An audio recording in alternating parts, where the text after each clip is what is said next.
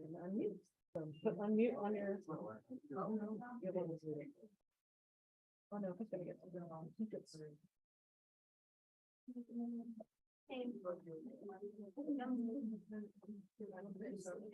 And Bob, it's 12:59.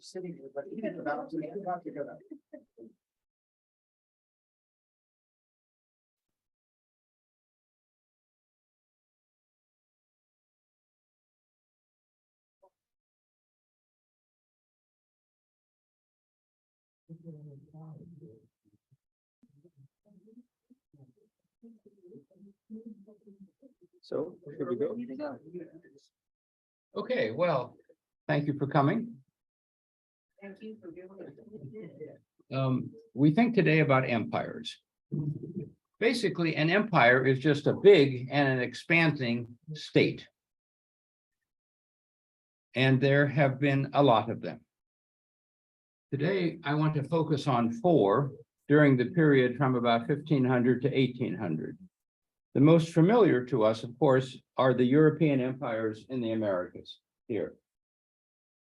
But there were at the same time other empires in the making. There was a Russian empire, a Chinese empire, and the Ottoman Empire. In addition to that, there were a number of smaller ones. The Aztec and the Incas created empires in the 1400s. There were several in West Africa, Mali and Songhai. There was the Mughal Empire in India. But I want to focus on these 4 today.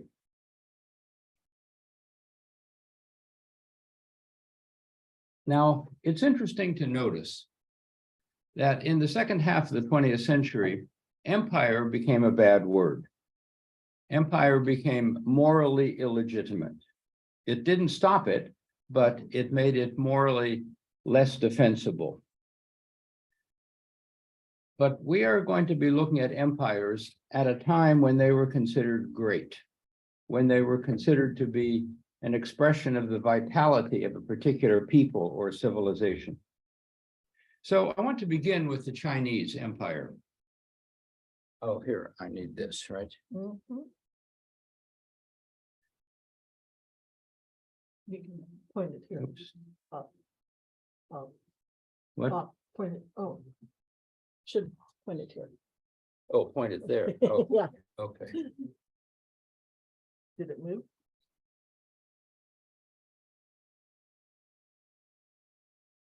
Let's turn it off and turn it back on again. Are you on that? Oh, that's fine. There we go. Okay, okay. You may remember from last week or the last time we were together that the Chinese had refused an Indian Ocean maritime empire, which was within their reach. But this did not mean that the Chinese had given up on empire, because between about 1680 and 1780, they created an inner Asian empire. The area in green here is the area into which China expanded during that century. At this point, China was ruled by what is known as the Qing Dynasty, Qing. It is a dynasty that derived from outside of China, from Manchuria. Thus, it's sometimes called the Manchu Dynasty, but the official name is the Qing Dynasty. So in a way, this was a Chinese dynasty, but it was a Chinese dynasty of foreign origin. Now, in that century, from about 1680 until 1780, the rulers of the Qing Dynasty brought this area in green under their direct control. Largely, it was a dry area. It was sparsely populated by nomadic people who practiced some variation of Buddhism, Islam, and local animistic religions. Now, before the Chinese took over, officially, there had been a lot of interaction between the Chinese heartland and this area. There had been commerce, there had been warfare, there had been tribute missions. But now in the 1680s, the Chinese felt some pressure from a stirring of the Mongols, with which they had some experience, and they were also worried about Russian advances into this area. And so they began a century-long military campaign that brought this area under their control.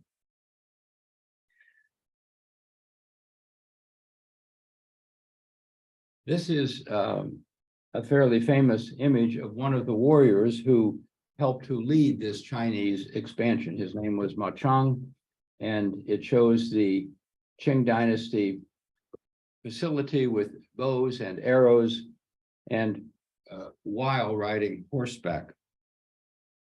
Now, in the process of developing, of conquering these territories, China found itself as an imperial power. However, the Chinese did not like to think of themselves as empire builders. They spoke rather about the unification of peoples within the Chinese state. These new areas were administered separately from the rest of the country under a new bureaucratic office. It was a kind of colonial office. The Chinese limited immigration into the area. There was no effort to assimilate these people into Chinese culture. They generally tolerated local cultures and hoped that the obvious superiority of Chinese culture would win the allegiance of the local people. One Chinese emperor during this time actually took a Xinjiang Muslim woman as his concubine. Her name was Consort Rong. He allowed her to maintain her Muslim religious practices and dietary practices, and when she died, he inscribed her tomb with passages from the Quran in Arabic. It's unlikely that any European ruler would have done something similar. Now, this Qing Dynasty empire had several lasting consequences. Together with Russian expansion, the two of them together pretty much put an end to the independent power of Central Asian nomadic peoples, like the Mongols. So an ancient way of life was passing into history as these two empires swallowed up the pastoral nomadic peoples of Central Asia. Furthermore, the fact that the Chinese and the Russians were at this simultaneously meant that, or shall we say, it represented the beginning of a long and often contentious relationship between China and Russia, which was not actually even overcome when both of them became communist in the 20th century. And we can see today in the diplomatic maneuvering that there is still some tension between them. And finally, in transforming China into a multi-ethnic state, they set in motion tensions that would plague China into the 20th century and beyond. It's surely no accident that efforts in recent years of the people of Tibet and Xinjiang in particular to achieve some degree of independence or autonomy from the heartland of China derived from those areas that were first incorporated into China in the 18th century. So these empire has long-term consequences. I might also add, just as an aside, that the Chinese empire was not only to the west here, but it also they first occupied Taiwan in 1683 as a part of this empire building process.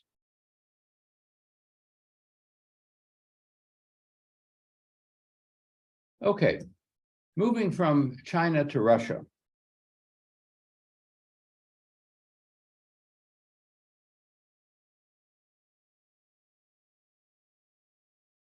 The Russian Empire emerged, or let me say the Russian state emerged after Mongol conquest around 1450, centered around the city of Moscow. And over the next few centuries, it expanded to become the world's largest land-based empire of that time. It occurred at the same time as the Europeans were conquering the Americas, although the Russian Empire has proved more enduring and longer lasting than anything that the Europeans created in the Americas. Now, the first phase of Russian Empire building was here, in which they incorporated the major Russian-speaking areas of that region. And then, beginning in roughly 1580, they took off across Siberia, and in less than a century, reached the Pacific Ocean.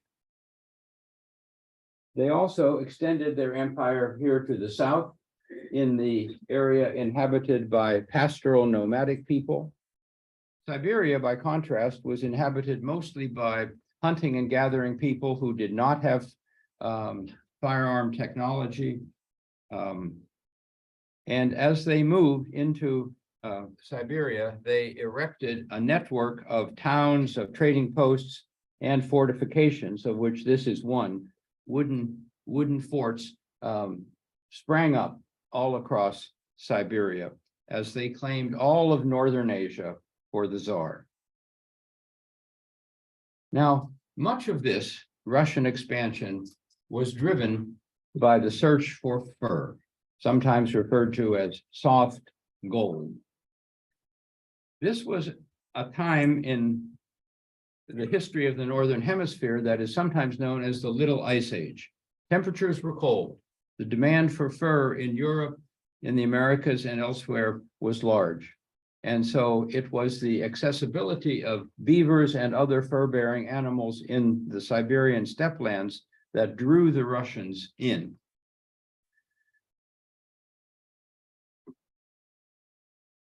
Russian empire building, like all empires, was a state project. It was organized by the government, but it involved a lot of private interests as well. It was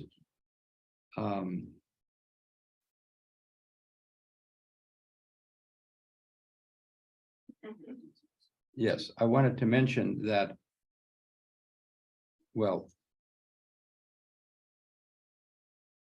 that the Russian Empire extended across Siberia, and then, of course, it extended across the Bering Strait into Alaska and down the west coast of North America to as far as Fort Ross. Probably many of you have been to Fort Ross and have seen that extension of Russian empire building in what is now California. They also briefly explored the possibility of a warm water outlet for their empire building in Hawaii, but that did not come to fruition, but there was an interest in it for a time. Siberia was a place where the Russians dumped a lot of their undesirable people, convicted criminals, political dissidents, religious dissidents. And so the Russian population, the Russian-speaking population of Siberia grew rapidly. And by 1900, there were over 5 million Russians living in Siberia, which overwhelmed the native inhabitants of Siberia, who now account for only about 10% of the population of that area. This is similar in a way to the American expansion to the West. So it's useful to keep that comparison in mind. Now, the Russians expanded not only to the east, but also to the west. The geographical area was smaller, but in this area, their expansion was taking place in the context of political rivalries with other major states, Poland, Lithuania, Prussia, Austria, and so forth. In the process, they absorbed the Ukraine, much of Poland, the Baltic coast, and parts of Finland. Furthermore, they expanded south into the states of Armenia and Georgia, which were Christian at the time. And so the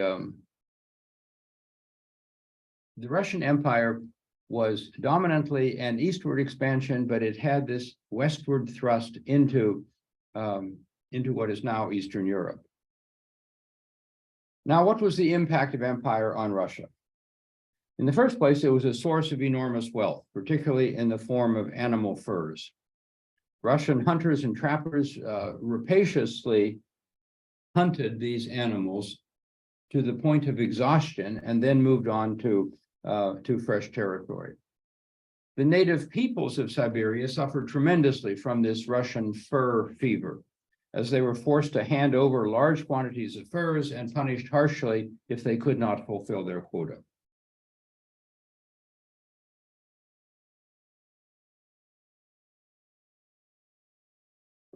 So that, like all empires, this Russian expansion was an exercise in conquest, in military occupation, and domination. This is a slide that illustrates the dominant Russians on the right and their subservient Siberian peoples on the left. It was quite profitable for the Russian state. By 1700, the Russian state was acquiring about 10% of its revenue from taxes on the fur trade. So this expansion into Siberia and to the east, into Eastern Europe, turned Russia from a marginal state into one of the great powers of the 18th century. And later on, they discovered not only furs, but high quality iron ore, copper, gold, silver in Siberia as well. And in the 20th century, oil, gas, timber, and mineral resources did the same for the Soviet Union. So Siberia turned Russia into an Asian as well as a European power.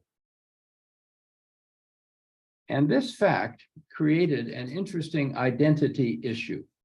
Russian thinkers, for the last 300 years or more, have been debating this question of what Russia was. Was Russia essentially a backward Western state that was fated to follow the Western model and become a Western power? Or was it an Asian power shaped by its Siberian empire, by its Asian contacts, by its Mongol heritage, so that it became something unique, something different, something not Western?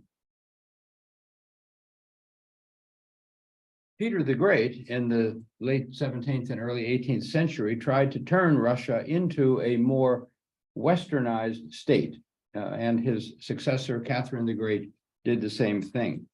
But always there was resistance to this. So this identity issue, is Russia part of an emerging Western culture, or is it something distinct, something uniquely Russian? This is an issue that has persisted, and the Russians, a lot of them are still divided over this issue. I remember I spent a fair amount of time in Russia in the late 80s and the early 90s. And I remember once coming out of the main Russian museum in St. Petersburg, and I sat down and was talking to a fellow. And within 2 minutes, he said, "Now, what do you think? Are we Westerners or are we something different?" I had read a lot about this debate, but to have somebody bring it up to me on the steps of the Russian Museum really drove it home. And of course, we see some of this in Putin's ideology these days. And Putin, of course, is embracing, at least culturally, the anti-Western side of this debate that has been going on. The hope, of course, after the collapse of the Soviet Union, the Western hope was that Russia would sort of join the West, becoming a democratic political system and a capitalist economic system. Some of that occurred, of course, but culturally, there was a lot of resistance to it. And all of that is tied up with the war in the Ukraine now. One final observation about the Russian Empire. It had a unique duration. Europe's American empires dissolved in the late 18th and the early 19th century.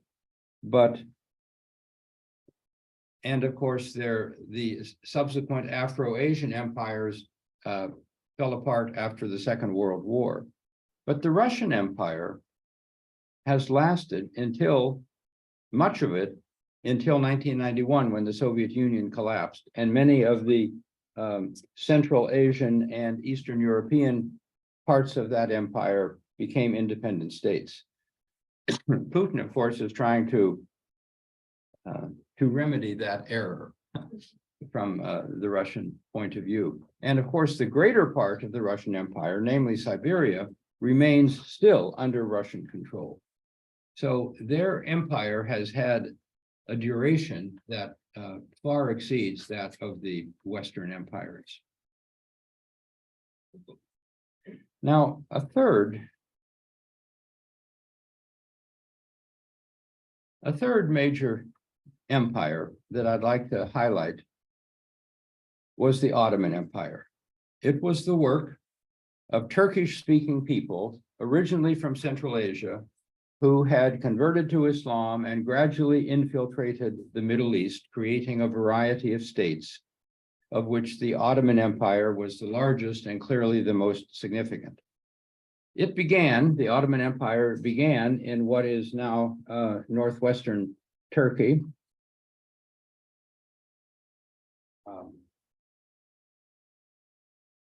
Around 1300, and over the next several centuries expanded throughout the Middle East, across North Africa, and into southeastern Europe.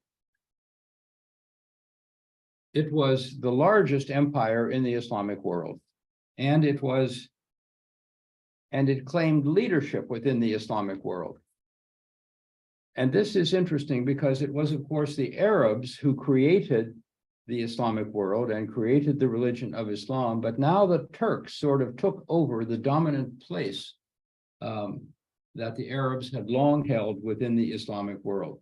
They were the official protectors of the holy places in the Middle East, Mecca and Medina, Jerusalem.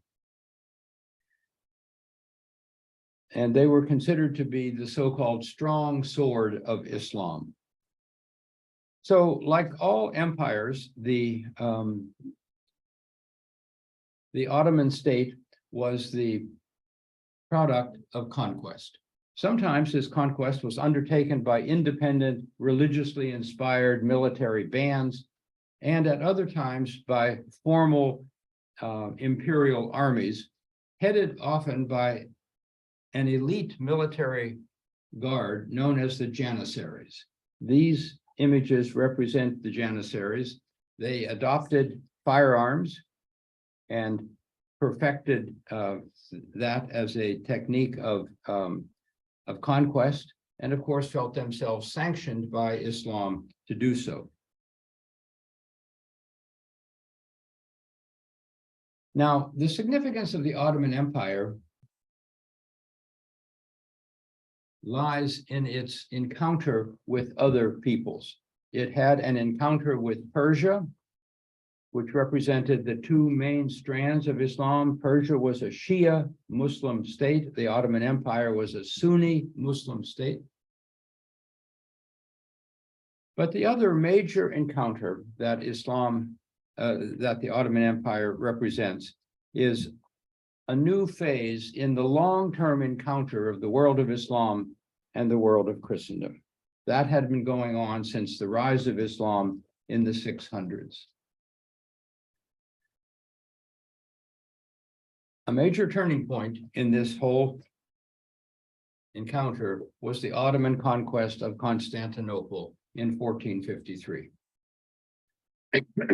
This finally put an end to the Roman Empire. The eastern half of the Roman Empire persisted until that time. It was known as Byzantium, and its headquarters was Constantinople. But in 1453, Mehmet II, known as Mehmet the Conqueror, finally conquered Constantinople. And the Ottoman Empire, therefore, inherited, in a way, the legacy of the Eastern Roman world, and it was now also the leading force within the Islamic world as well. Now, in the Anatolian heartland, what is now Turkey, widespread conversion to Islam occurred, and Christianity largely disappeared.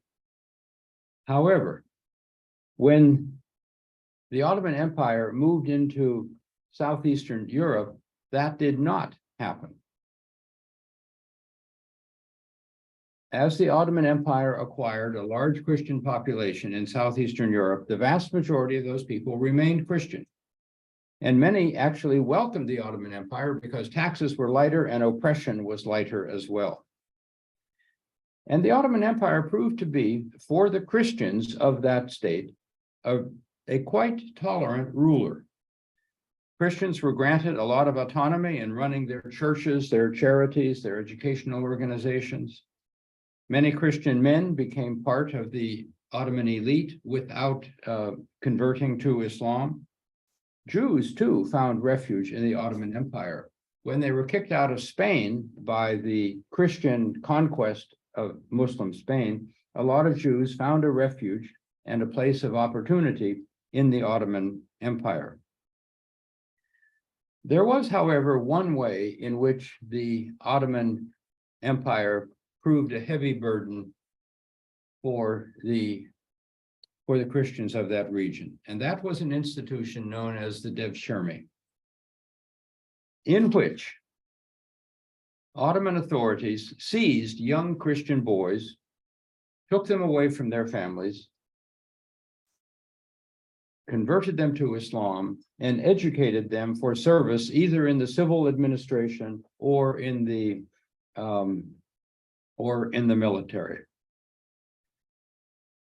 For these young boys, it was often an opportunity for considerable social mobility, but it came at a very heavy price for their families. They lost a lot of their young men, and this slide represents the introduction of these young boys to the emperor and their presumably grieving parents off to the side. However, the relative tolerance of the Ottoman Empire for Christians within their state was paralleled by a great fear of the Ottomans in the rest of Christian Europe. And here an interesting comparison arises. Europeans in the 17th and 18th centuries, 16th century as well, began to feel about the Ottoman Empire much the way we did about Soviet communism. It was at the same time a powerful military threat and a cultural threat. The Ottoman Empire bore a new religion, Islam, which was, of course, a cultural threat to the rest of Christian Europe, and it bore a powerful military presence as well. In 1529, and again in 1683, the Ottoman Empire laid siege to the city of Vienna in the very heart of Central Europe. Now, this raises an interesting what-if question. That siege was broken, but what if it had succeeded? What if what if the Ottoman Empire had succeeded in taking Vienna, marched on into Western Europe, took France and Germany, maybe even hopped across the English Channel? Might European imperial expansion have been halted in its tracks? It's one of those unanswerable questions, but it does highlight the importance of accident or coincidence in the unfolding of the historical process. One European ambassador wrote this about the Ottoman Empire, or the Ottoman emperor. He tramples the soil of Hungary with 200,000 horses. He is at the very gates of Austria. He threatens the rest of Germany, and he brings in his train all of those nations that extend from our border to those of Persia.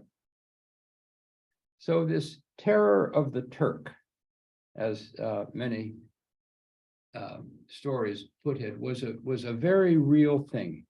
And to my mind, it is similar to the fear of communism that enveloped the Western world in the 20th century. As far away as England, in 1603, a man named Richard Knowles wrote about the glorious empire of the Turks, the present terror of the world. So there was for several centuries, until the Ottoman Empire began to decline in the 1700s and 1800s, a tremendous fear of the Ottoman Turks. So it's interesting to notice that while Europeans were building their empires in the Americas, they were on the receiving end of another imperial expansion in Southeastern Europe. This is not something that we often notice. We think about the Europeans being the makers of empire, but in Southeastern Europe, they were also the victims of Ottoman imperial expansion. However, not everything was conflict across these religious lines. As I mentioned, Christians and other religious minorities were largely left to govern themselves in the Ottoman Empire, and there was no real effort to convert them to Islam. Furthermore, politics and greed sometimes meant cooperation with the Ottoman Empire. Christian France frequently aligned itself with the Muslim Ottoman Empire against their common enemy of the Austrian Empire, disregarding the religious factor. And there were no end of European merchants who were willing to sell arms to the Turks, knowing full well that those would be used against fellow Christians. Furthermore, Europeans, artists and writers often described the splendor of the Ottoman Empire in very positive terms, and especially praised its religious toleration. In 1480, which was just about less than 30 years after the conquest of Christian Constantinople, an Italian painter named Bellini was invited to come to Constantinople to paint a picture of Mehmet the Conqueror. And this is the image that he created. So we sometimes have the idea that the Christian world and the Islamic world were in constant conflict with one another. But I'm simply trying to point out here that, that there were variations in that relationship. Now, so far, what I have been trying to suggest is to dispute the uniqueness of European empire building by suggesting that there were other empires under construction at the same time. This was an age of empire, and the Europeans were one of many players. All of them were built by conquest, all of them were maintained by force or the threat of it. So in these ways, the European empire building did not look so unique. Now, however, I'd like to argue the opposite point, that the European empires were distinctive in a variety of ways. First of all, they were distinctive geographically. Unlike the Russian, Chinese, and Ottoman empires, the Europeans built their empires an ocean away from the imperial heartland. All of the others were contiguous territories. So that is one important difference. And this map here shows the British, French, Spanish, Portuguese, and Dutch empires in the Americas. So that by 1700 or so, these European powers had largely divided up the Americas among themselves. But they did so a whole ocean away from the imperial heartlands. An even more obvious distinction of the European empires is the demographic disaster that accompanied them. A combination of European and African diseases plus the brutality of conquest resulted in what many scholars have referred to as the Great Dying. The native population of the Caribbean, for example, is estimated at several million people in 1492 when Columbus arrived. By the 1540s, about a half century later, they numbered only several thousand. This was population collapse on a genocidal scale. Mexico was densely populated when the Europeans arrived. There are various estimates, but they run into the many millions of people. Within a century of Cortez's arrival in Mexico in 1519, this population had been massively decimated. In some places, up to 90% of the population was gone.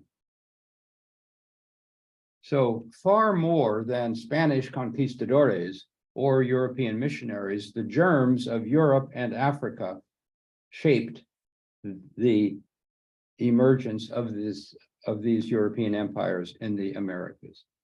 The culprit here largely was the absence of immunities. There had been sufficient contact among the various peoples of Europe, Asia, and Africa to ensure that they had a relative commonality of disease immunities. But the long separation between the Eastern and Western hemispheres meant that the people of the Western hemisphere simply had no immunities whatever to the diseases of Europe and Africa, and so they died like flies. And this is a unique feature of the European empires. Nothing similar happened in the Chinese or the Ottoman empires at all. They were taking place within a relatively similar disease environment. Not so with the European empires. It was somewhat similar to what happened to the peoples of Siberia. They too had been isolated from other parts of Europe and Asia, and they too died in massive numbers, not quite as ferociously as what took place in the Americas. But this demographic disaster that both accompanied and was caused by European empire building in the Americas is something that is distinctive in the history of the time.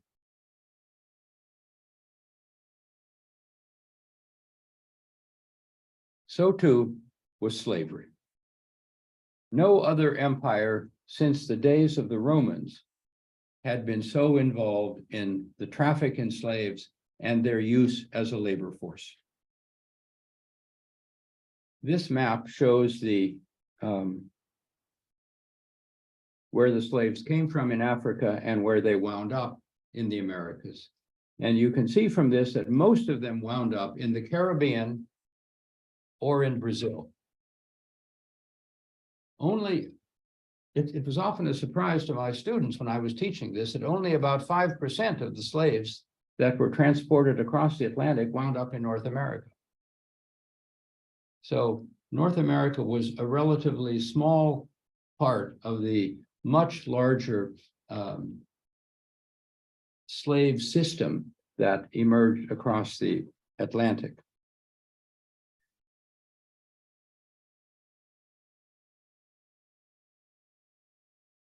This was a product, of course, of the plantation economies that emerged in the Americas. More about that in a minute. This is a slide from, I believe it's Haiti, cutting down sugar. And of course, it was accompanied by horrendous brutality, as this image illustrates.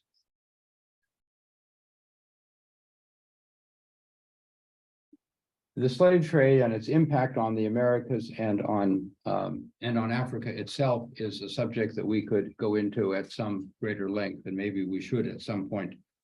But suffice it here to say that this was a distinctive dimension of the European empire building process in the Americas. There was nothing like it anywhere else.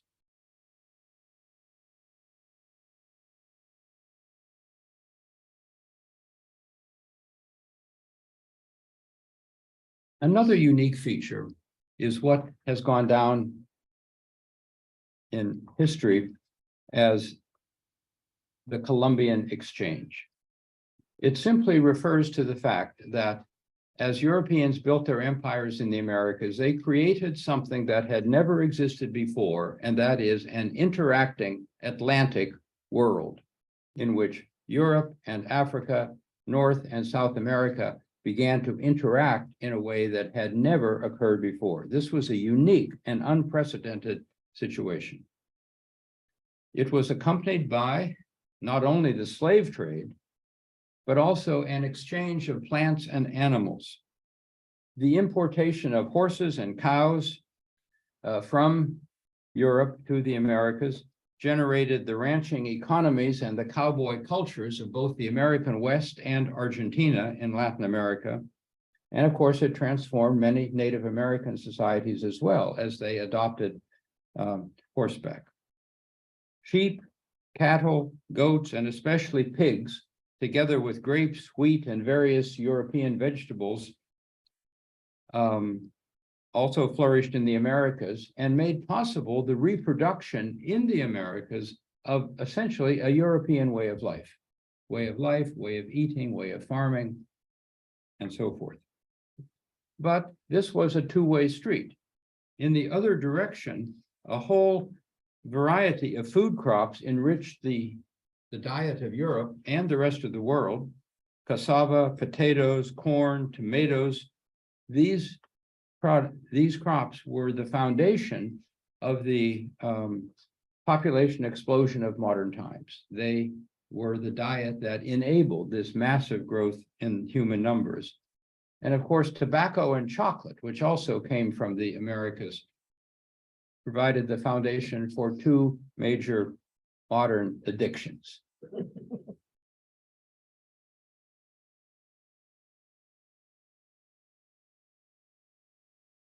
Now, not only was this interacting Atlantic world something new in world history, so too were the kind of societies that were produced within the Americas.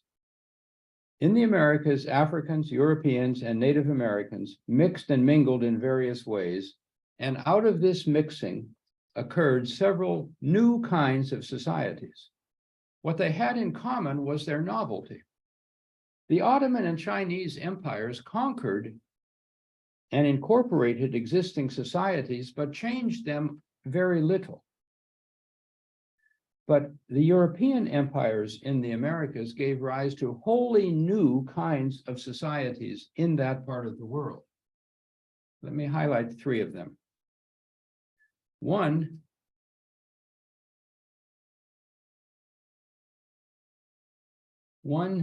were settler colonies. In the northern colonies of Britain and France, such as those in New England and Quebec, settlement colonies developed largely without slaves and largely populated by Europeans. Native Americans had been chased out, died, or exterminated. So that by the late 18th century, people of European descent comprised about 80% of the population in North America, far higher than anything that had occurred in Latin America, where Europeans were a distinct minority. In this respect, North America resembled Siberia, where Russians and Russian culture likewise overwhelmed the indigenous people. So these kind of what have been called Neo-Europes occurred in North America. I might also add that they occurred in Australia and New Zealand as well, where the native peoples were overwhelmed and became dominantly European in their population. A second new kind of society in the Americas were those mixed race societies that occurred in Latin America, particularly in Mexico and Peru, which had been home to the Aztecs and the Incas, respectively. These were areas of great wealth and of great population density, in which the Europeans replaced the Aztec and Inca imperial structures and used various forms of forced labor to extract minerals, such as silver, and in agricultural production. In these regions, a substantial minority of white settlers, they were vastly outnumbered by Native Americans and Africans. They intermarried with those people to create a mixed race group known broadly as mestizos. In fact, by the middle of the 19th century, Mexico had begun to define itself as a mestizo society. But mestizo is a broad term. In fact, there were any number of distinct groups created, and these paintings, such as you see here, they're known as the casta paintings, casta for caste, identified dozens of distinctive mixtures of people, each of which had its own name. And there were a number of these paintings done in the 18th century that illustrated these various mixtures. So these mixed race societies were another new kind of society that emerged out of the mixing of peoples in the Americas. And the final kind were plantation societies, which I've already mentioned. Plantation agriculture took shape mostly in the Caribbean, Brazil, and in the southern part of what is now the United States. Initially, it was sugar that gave rise to these plantations, then coffee, tobacco, indigo, rice, and cotton, of course. And the labor force was almost wholly African, enslaved Africans, largely supervised by a relatively small group of white supervisors and overseers. This is a picture of from the 19th century, actually, of slave laborers in the state of Georgia.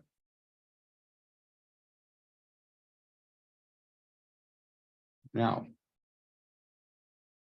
a final unique feature of these European empires was their relative brevity. The Ottoman Empire persisted into the early 20th century. The Russian Empire persisted into the 1990s. The Chinese Empire continues to hold, China continues to hold those areas that were incorporated into its empire in the 17th and 18th centuries. But the major Spanish, Portuguese, British, and French colonies were all gone by the 1820s. Between 1775, the American Revolution, and the 1820s, when the Spanish colonies broke away, the European empires had a relatively brief history compared to these other empires, which were more durable. They lasted 2 or 3 centuries, the European empires in the Americas. Perhaps because the problem of distance, that they were located across an ocean from the imperial heartland, they certainly lacked the staying power of the Ottoman, Chinese, and Russian empires. So this is an attempt to suggest that while empire building was not a uniquely European phenomenon, its empires in the Americas did have clear differences from the other empires that were taking shape in the Eastern Hemisphere. Now, by way of conclusion, I want to ask the why question. Why empire? I think the older I get, the stranger it seems. Empire was associated everywhere with conquest, with violence, with brutality, with war. We seem to keep on doing it. The Ukrainian war has particularly brought this home to many of us, I am sure. Putin obviously wants to restore something of the Russian Empire and feels that he can't do it without the Ukraine. And yet in trying to do it, he is reinforcing that which he has denied ever existed, an independent Ukrainian identity. If at some point in the past there wasn't one, there certainly is one now. Why do we keep doing it? Historians have various explanations for this sort of thing. One is the competitive nature of political life.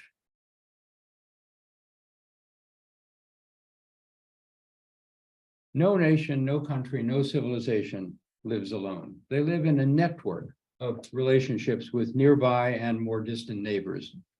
And that proximity can create fear, can create insecurity, and fear and insecurity can breed aggressiveness. If I feel insecure when my borders are at point X, what's the solution? Well, push the borders to point Y. And maybe we'll be finally secure. But when you get the borders to point Y, that doesn't feel secure either, and you need to go on and on. Another historical explanation for empires is technological development. If you have the power to do it, people seem willing to use it. Clearly, the Russians had gunpowder weapons, the people of Siberia did not, so that it was in some ways easy pickings, and the fur was available for Russian benefit. And of course, religion has long played a role in empire building. The Ottoman Empire was to be a Muslim empire to protect and defend the Islamic world. European empire building was clearly articulated in Christian terms to bring Christianity and civilization to other parts of the world. And yet I wonder sometimes about the adequacy of these historical explanations for empire. The absurdity of it makes me wonder if perhaps we need some sort of psychological explanation. What is it about us? What are the psychological dynamics of the drive to power? Why do we keep doing this sort of thing with such obvious harm to the environment, to other humans, to other species? Why do we keep on doing this? It is certainly true that empire has gotten a bad name. At least formal empires have gotten a bad name. Both the Soviets and the Americans denied that they were an empire, and yet they went on to create structures of power that had an imperial dimension to them, even if they were not formal territorial empires. So we continue to do it. And I'd just like to close with raising the question about what ultimately drives empire building. And is there any hope that we will stop it at some point? So let me close here and see if you have thoughts or reflections or questions about any of this. Yeah. Thank you. Can you hear me okay? Yeah, it's not a market, it's for the online people. Oh, okay. So my question is regarding this question of why that you raised. And I don't know if we will ever arrive to an answer. However, perhaps there's an element to it that is more evolutionary and is more specific to us humans than just What? evolutionary. Evolution, okay. Our, ancestors, the chimps, have very similar attitudes and behaviors as we do in terms of protecting home, expanding into other territories to find more food and resources. And perhaps that is not something that we will ever be without. And I wonder what your thoughts are about that. Well, in my old age pessimism, I'm inclined to agree with you. Yes, it's hard to see in the foreseeable future a world in which these power dynamics are not evident. The hope after the collapse of the Soviet Union is that it would usher in an era of peace among nations. Well, it has proven to do no such thing.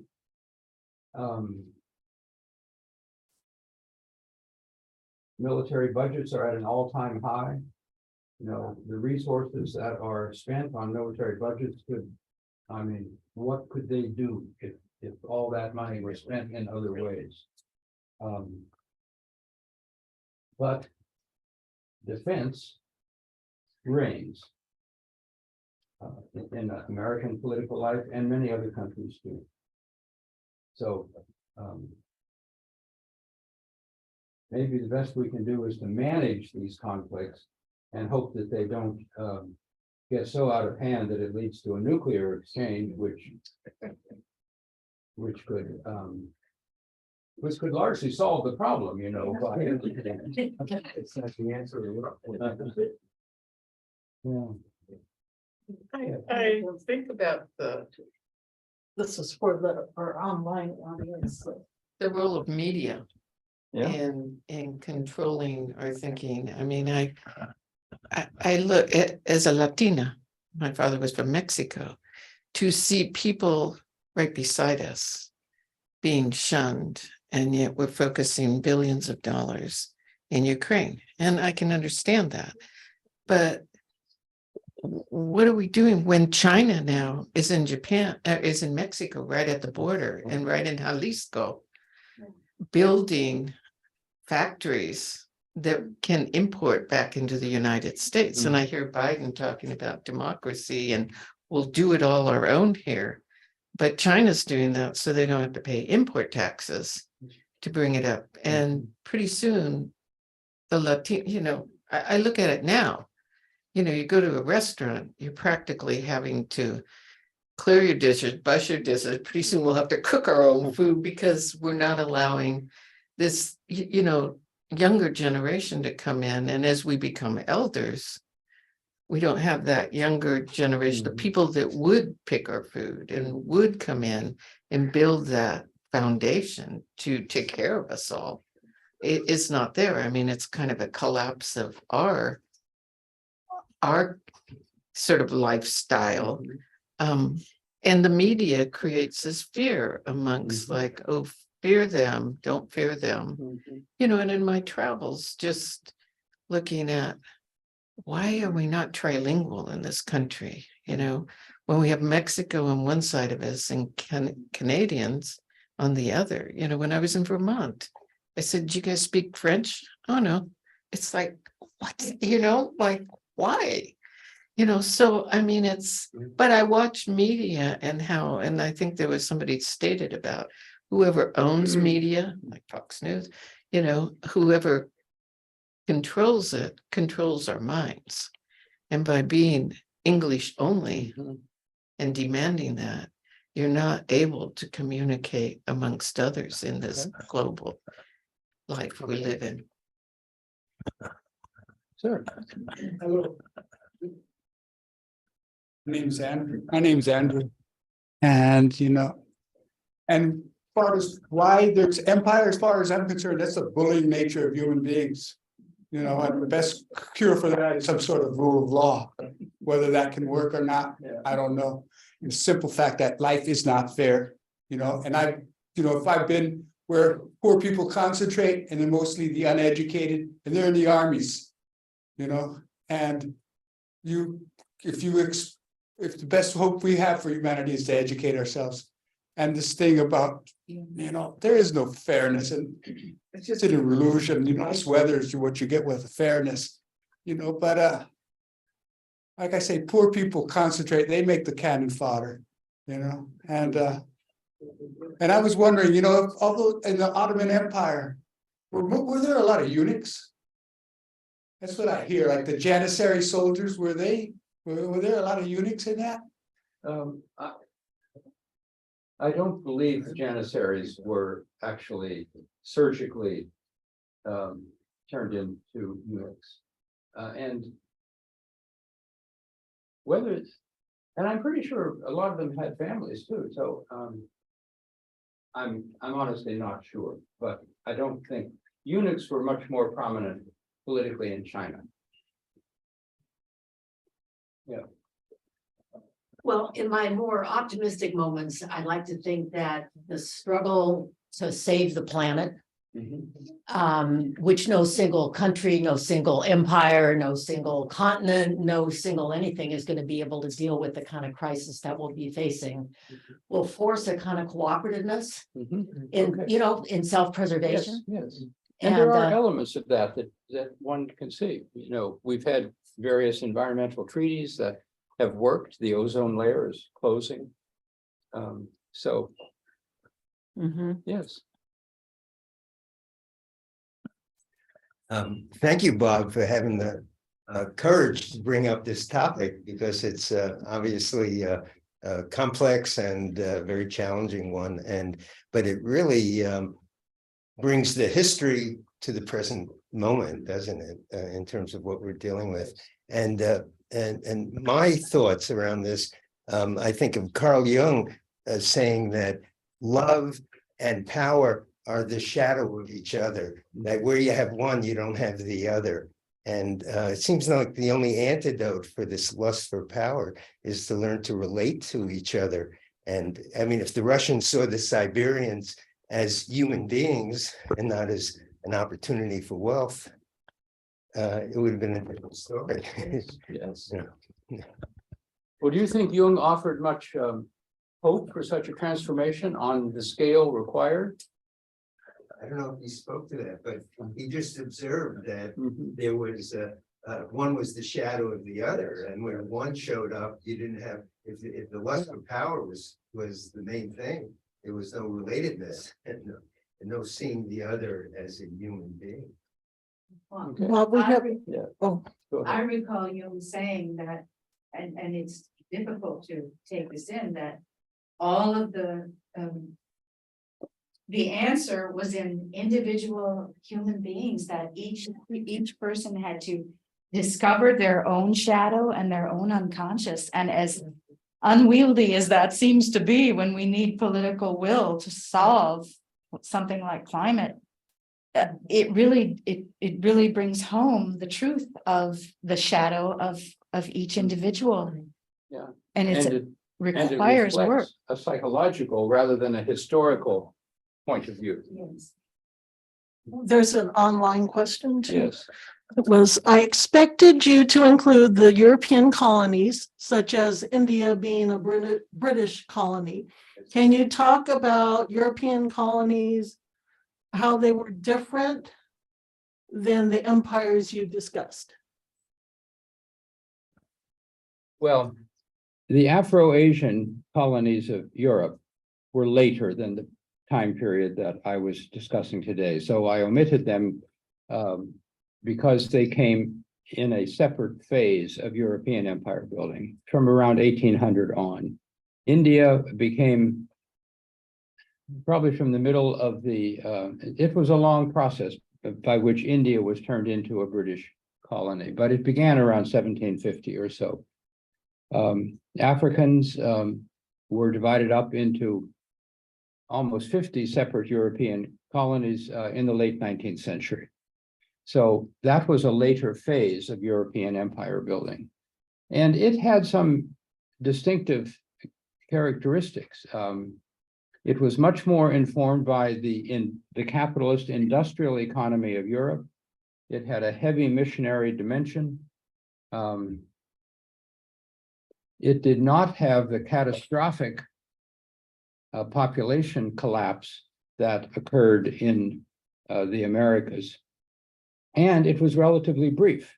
You know, by the middle or by the 1970s, at any rate, almost all of those Afro-Asian colonies of various European powers were gone.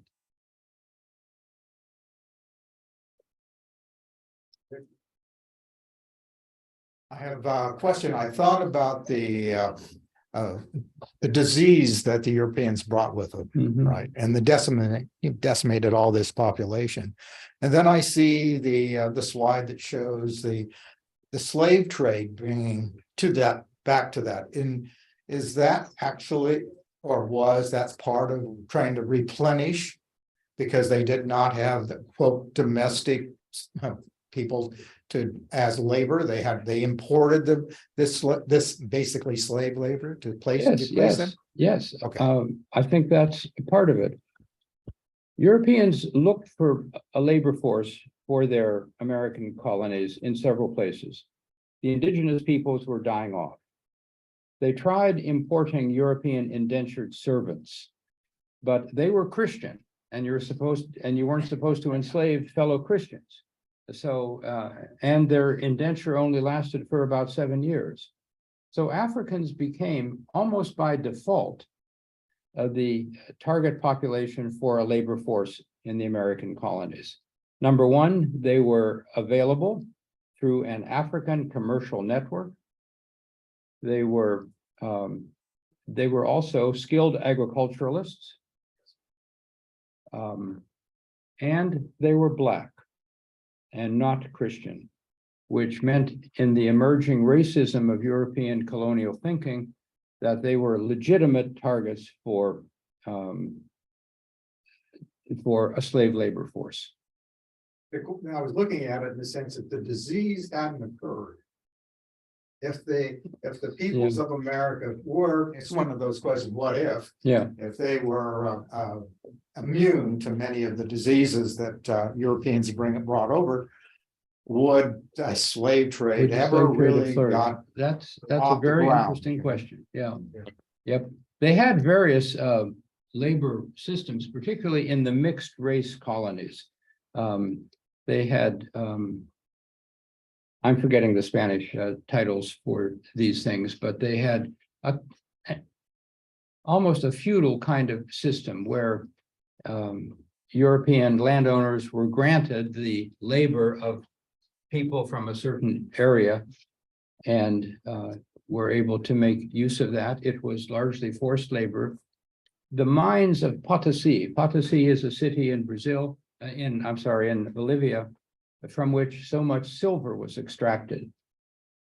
It became a major source of global silver, and the mining in that was done by forced labor, not exactly slavery, but it's hard to make a clear distinction. Families used to have funerals for the men who were drafted for the mines because so many of them died. And so they would send them off to the mines with a kind of quasi-funeral ceremony.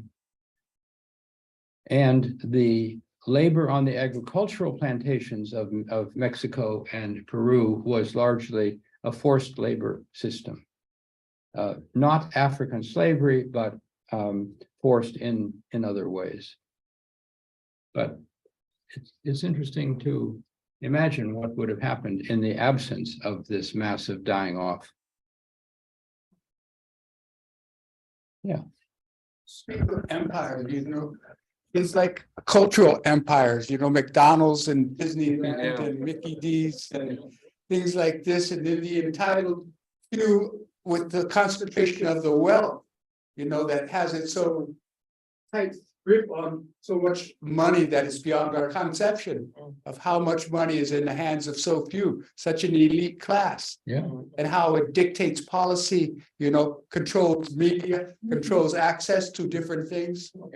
That is sort of like, seems like to be a cultural empire of the few. Yes, yes, yes. I think Marx It- would agree. I'm sorry. Marx would probably agree with that. Yes, yes, yes, yes, he probably would. And it shows the limitations or the many uses of the term empire.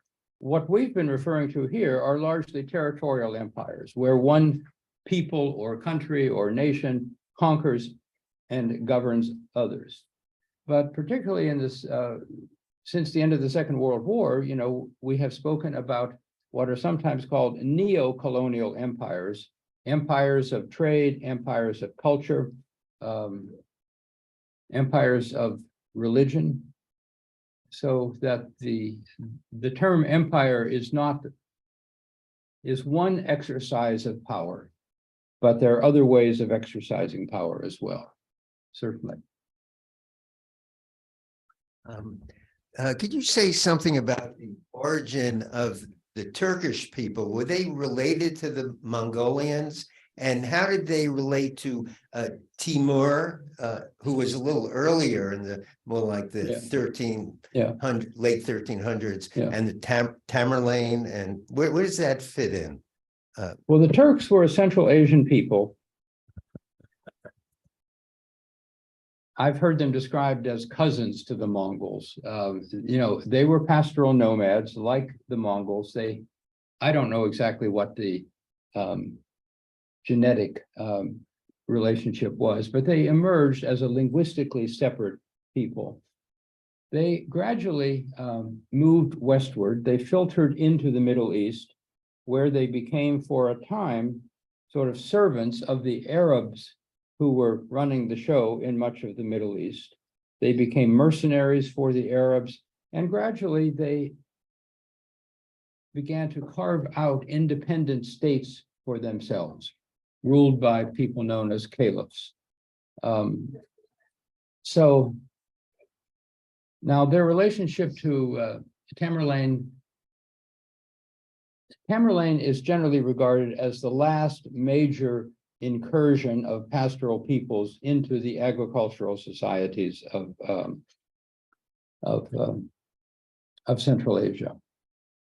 And his was a pretty short-lived experience, about a century or so, although it produced a remarkable culture in places like Samarkand in Central Asia. Exactly what their relationship is to the Turks, I don't know. But the Turks became the second major carriers of Islam, and they carried Islam into India. The Mughal Empire was the product of another Turkish-speaking ethnic group. The Ottomans were yet another.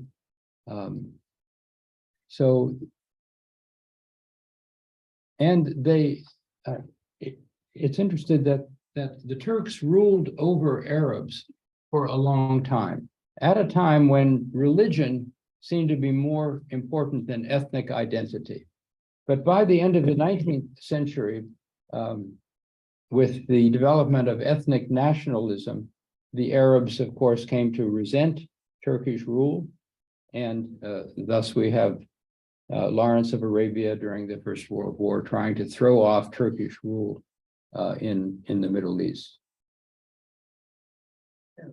Yeah. It was just, the Ottoman Empire and in Islam, was it always Arabic, always used in describing Islam? Was it written down in the Quran? Was it ever translated outside of the Arabic language, or has it always been an Arabic influence in that language in the book? Well, the Quran has been translated, but according to Arabs, not very usefully. It's better that you learn Arabic and hear the words of God in the original language. But it is interesting that the expansion of the Arab Empire did not always mean Arabization. Persia, for example, was Islamized but not Arabized. The Arabs conquered Persia, but they failed to wipe out the Persian language. Much of North Africa was both Arabized and Islamized. In West Africa, however, Islam spread widely, but the Arabic language never became a dominant popular language. It was the religion, it was the language of religion, of education, of diplomacy, but it did not replace native languages. So in some places, both things happened. In other places, it was one or the other.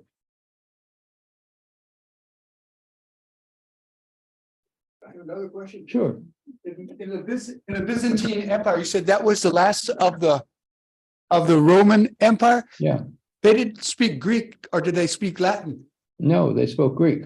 Uh-huh. Yeah. Yeah. It was the eastern half. The western half of the Roman Empire in the Mediterranean area in Western Europe is said to have collapsed in the 5th century. But the eastern part of the Roman Empire persisted and gradually acquired a separate identity, Byzantium. Byzantium was the name of the capital city, and that's where the name came from. But it retained the Greek Orthodox tradition, a Greek intellectual tradition.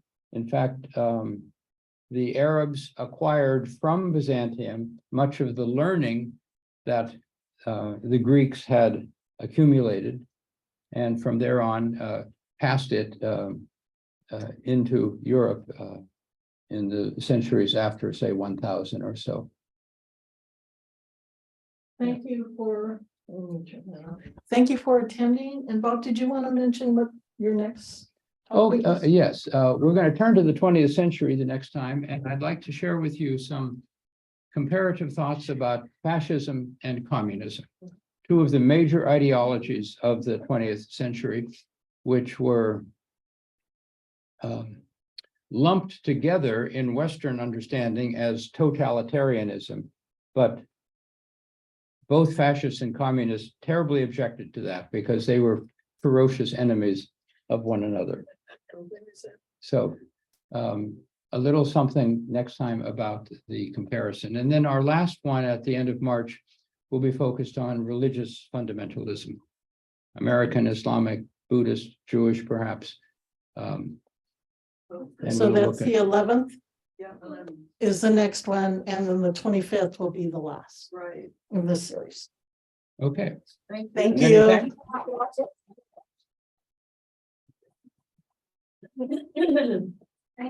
Yeah, I'm sorry for the misunderstanding. This is just so the people who are online can hear your question, without me having to type it in. So it doesn't actually, it looks like a mic, but it's not really. Oh, okay. Okay. Thanks for explaining that.